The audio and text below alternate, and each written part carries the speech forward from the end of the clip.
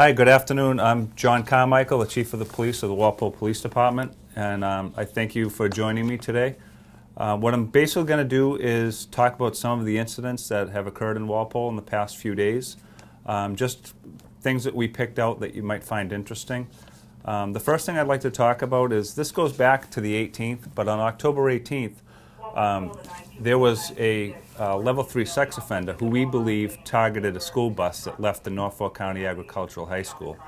And that individual, that sex offender, followed the bus from the Norfolk County Agricultural High School up to Route 1.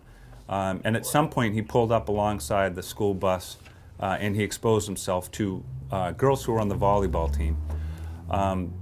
When this call originally came in, the Walpole Police started to look into area sex offenders.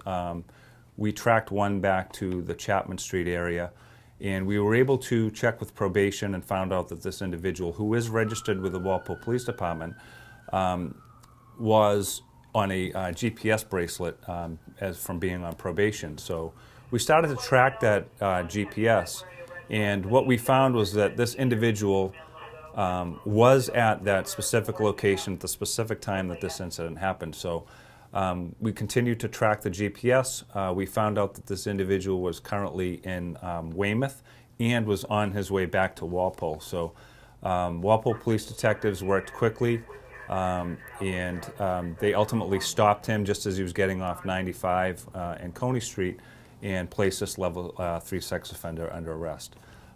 One of the important things to note with this arrest is that this individual had a long history of sex offenses. He is a level 3, which means he's most highly likely to offend. But the police cannot put restrictions on sex offenders. That type of thing has to be done through the courts, through probation, and that type of thing. We can't prevent sex offenders to go to a public place or live near schools or anything like that. What we do in Walpole, we do knock and talk compliance checks. We go to all of the registered sex offenders in Walpole. We knock on the doors. We make sure that they're there and they're in compliance with everything that they're supposed to do. We also do anniversary bookings to update all of their information every year. And we pass out flyers for level 3 sex offenders to all of the neighbors in the neighborhood in public buildings like the library, the town hall, the police station, that type of thing. And so we do a good job of trying to let the community know about that. If you ever want to find out more information, you can always notify us. We have the sex offender book downstairs, which has 2 and 3s in that book, and you can look at that as a resident, or you can go on to mass.gov and look at sex offenders on their website. The next thing I'd like to talk about is something that happened most recently. And this happened on Halloween evening. And what happened is a family went out trick-or-treating, and the neighborhood that they went trick-or-treating in was in the Pemberton Road, or Pemberton Street, I should say, and Robbins Road area, kind of in that block of neighborhood. When the parents got home from trick-or-treating that night, they inspected their child's candy in their Halloween bag. And when they did so, they found an item of alcohol that was inside of the bag. Now, we don't know how that got there. That could have been there a variety of different ways. Maybe somebody had put it in a bowl when people were trick-or-treating. Somebody could have put it into the bag. We're not really sure of that. However, we did do a lot to let the community know today that this did occur, and to encourage parents to make sure that they do take an extra check of their kids' candy bags from Halloween, and make sure that they didn't have any alcohol that was put into the bag. This is basically what this child found in the bag this morning. It's a green apple Smirnoff vodka bottle in a nip bottle. It is secured tightly, which would make it difficult for a 6-year-old to open. However, if a 9 or a 10-year-old child got that, it would be very easy for them to open this up and consume it. And when you look at it, it's called green apple. It has an apple on the front of it.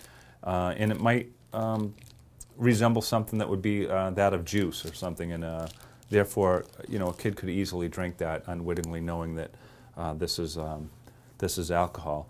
The Walpole Police Department do put things out prior to Halloween, just giving some tips, and we do always recommend making sure that parents inspect the candy when they get home and hopefully make sure that something like this doesn't happen. What we have done, there is an investigation that we started, but we've notified residents on social media, as well as having Norfolk County Sheriff's Office do a reverse 911. And we've done some knock and talks in the neighborhood also, where we had police officers go up there into that neighborhood and knock and talk on different residents and make sure that people are aware of what happened so that they can check. Okay, so the next thing I'd like to talk about is the prevention of a scam that was about to occur. Yesterday we received a call from CVS, and the manager at CVS noticed that this senior citizen was there at CVS and was trying to wire out $600. And we really appreciate CVS doing this, because they're very vigilant about watching over our seniors and making sure that they don't get hooked into some of these scams. Walmart's another location that's very good at doing that. They oversee this, and in this case, CVS notified us that this senior citizen was there and they were trying to wire $600 to be a participant in a lottery.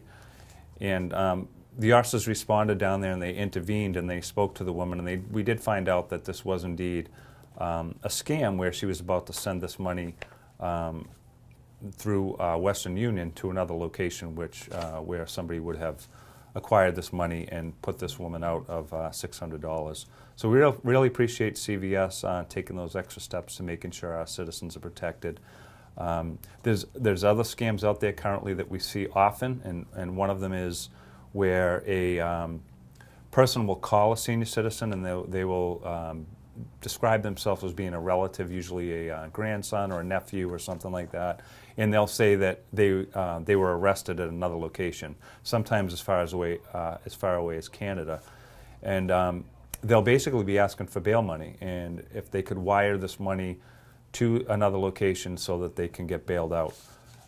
And it's happened many times. Seniors have sent this money to the other end of this wire, and on the other end is a scam artist who basically is now acquired that money from a senior citizen. So again, just I want to thank CVS for that, thank the officers for going down there and intervening and making sure that this woman didn't lose $600 of her hard-earned money.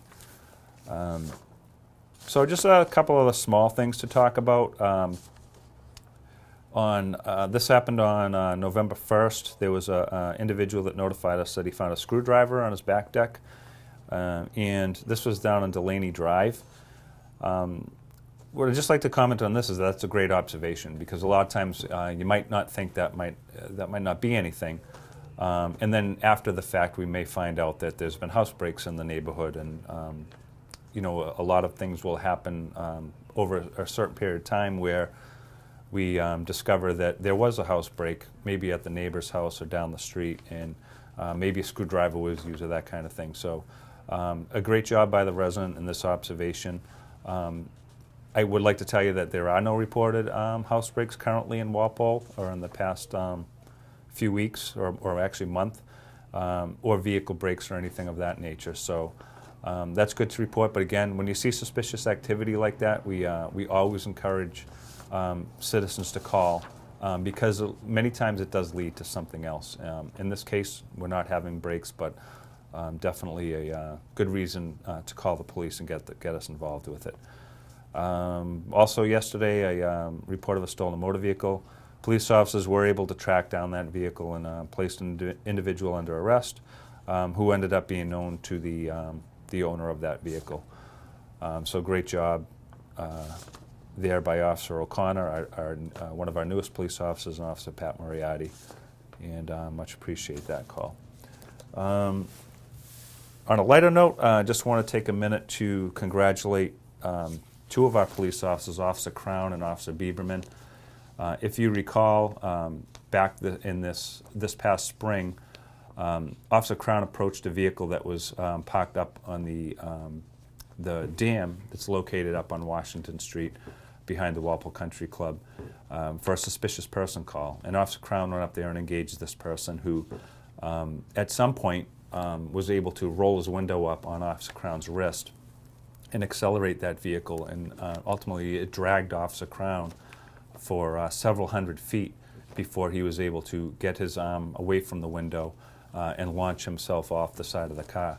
Now that vehicle ended up driving through Walpole Country Club, through the greens, almost striking golfers as they were down there golfing, and moments later ended up in a pursuit with several Walpole police officers. Several vehicles were almost rammed during this pursuit. Now what happened here is it ended up going into Norwood, and at some point Walpole police broke this pursuit off just because of the time of the day and traffic issues and that kind of thing. Public safety wise, we broke it off. However, there just happened to be a Fox helicopter that was in the area, and that helicopter picked up on this pursuit and actually pursued this vehicle that was involved. So the whole pursuit ended up being on Fox 25. The vehicle lost control on 128 at one point, and then ultimately it ended up in West Roxbury, where he pulled in behind a building and the vehicle caught fire, and the individual escaped. Moments later, Walpole, Dedham, State Police, some other agencies, Boston, were able to locate this individual in an apartment complex and place him under arrest. Now, one of the things that happened in this case was, this is a picture that from the Fox 25 helicopter, where Officer Crown and Officer Bieberman exited their patrol car on a median strip when this vehicle lost control, and that vehicle started to try and strike the officers. And the officers drew down on them and were absolutely, would have been justified in using deadly force in this case. However, our officers used incredible restraint and stepping to the side and getting out of the way. One of the odd things that happened here is that this individual had his hands up in the air, so when Officer Crown saw him driving at him, he also noticed that his hands were up, and for that split second, Officer Crown had to try and process that, and ultimately he made a very good decision in not firing his weapon. And this individual, as I mentioned, was caught moments later. Now, this past week, Officer Crown and Officer Bieberman were given the Massachusetts Police Association Medal of Merit. So they actually issued a medal. The Medal of Merit Award is presented yearly to police officers from around the state who have demonstrated courage, true professionalism, and a selfless dedication to duty.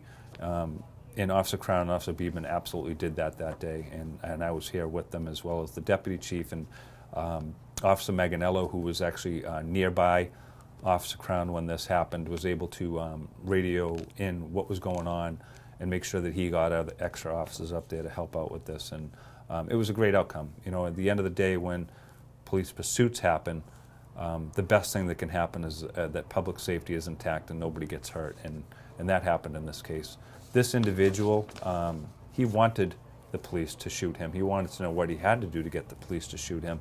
And for that, I thank Officer Crown and Officer Bieberman for an outstanding job, and really appreciate their efforts on that. So that wraps up the first episode of Walpole 5-0. I really appreciate having the opportunity to speak with you today, and I look forward to the next one. Please be safe.